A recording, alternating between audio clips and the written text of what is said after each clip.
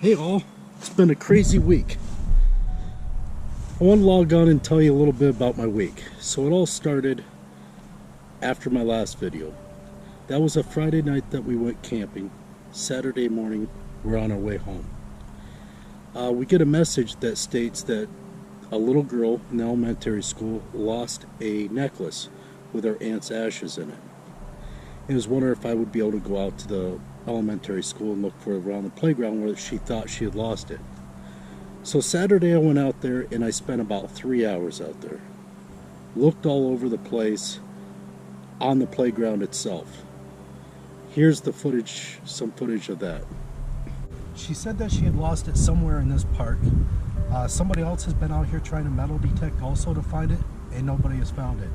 The only thing I know about it is it's a sterling silver chain, and I don't know what else. So I imagine it's not going to be a great signal. I'll turn the sensitivity up as high as I can on the machine and dig everything that rings up good. Been out here for 2 hours. I just took a little bit of a break. Wind and the rain was really bad there for a while. I'm about half done with the kiddie park area. I've got pretty much this whole area still left to do.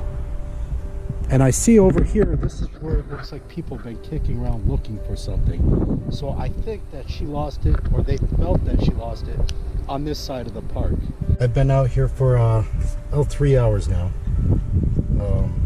I didn't find it. I did that whole area over. We plan on coming back another day and doing it in the grass.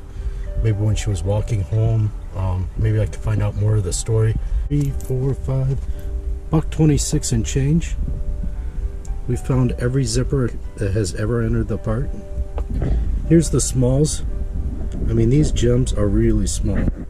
I will put a dime in there to show you for size comparison. Some of the stuff that thing was picking up, I was chasing it in the holes forever.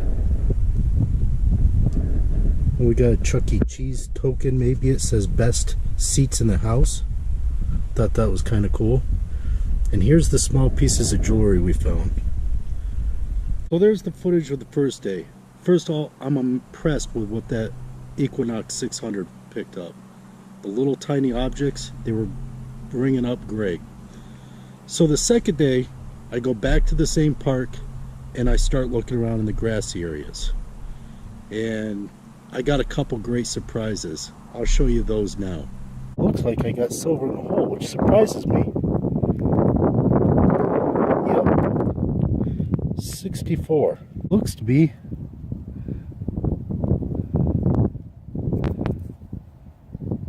like another one.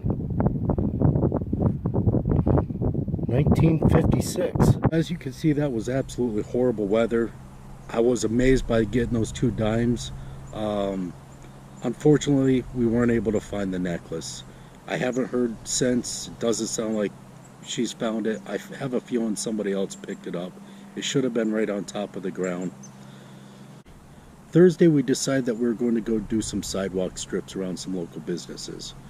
On our way to the sidewalk strips, we seen a couple walking down the street.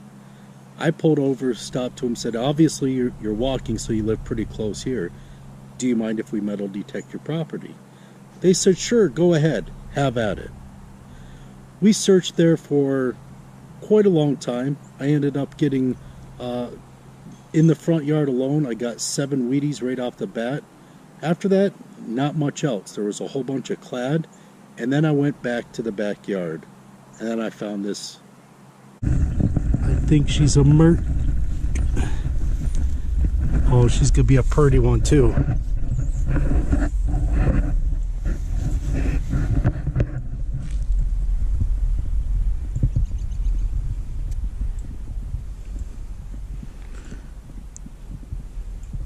$19.29 Merc. Starting to get in some older targets and a piece of land, property that didn't look like it was disturbed very much. I worked in the same line, not very far from that dime, and I got an awesome item. Here's the footage for that. Looks like we got a little piece of silver possibly here. It's got DBR on it.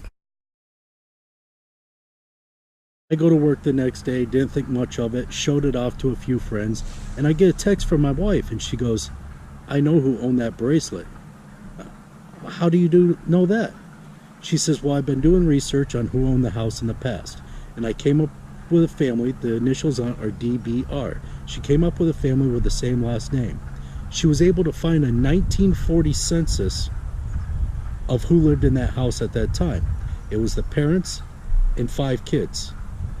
And one of those kids, who was 10 years old at the time of the census, so she was born in 1930, was named Doris.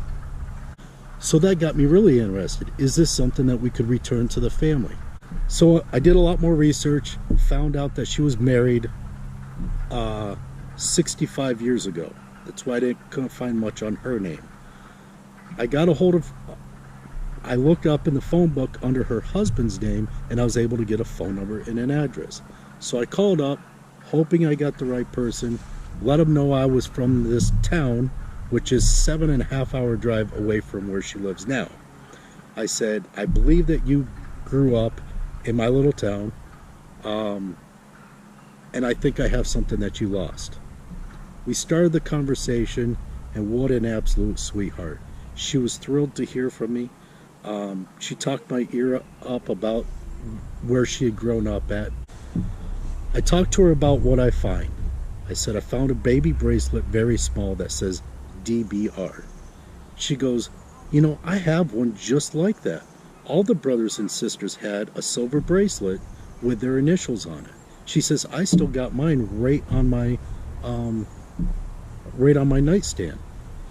I go, well, maybe you had lost it. And she goes, I think that's what happened. When I was little, before I could even remember, I had probably lost it, and my dad replaced it with this one, and I've had it ever since. So she didn't even know that she owned this item. She's got one exactly like it. And I said, well, I would love to get this to you. Me and my wife are dying to go on a road trip. We'd love to run down, meet you, and maybe take you out to dinner and give you this bracelet back. She said, that sounds great.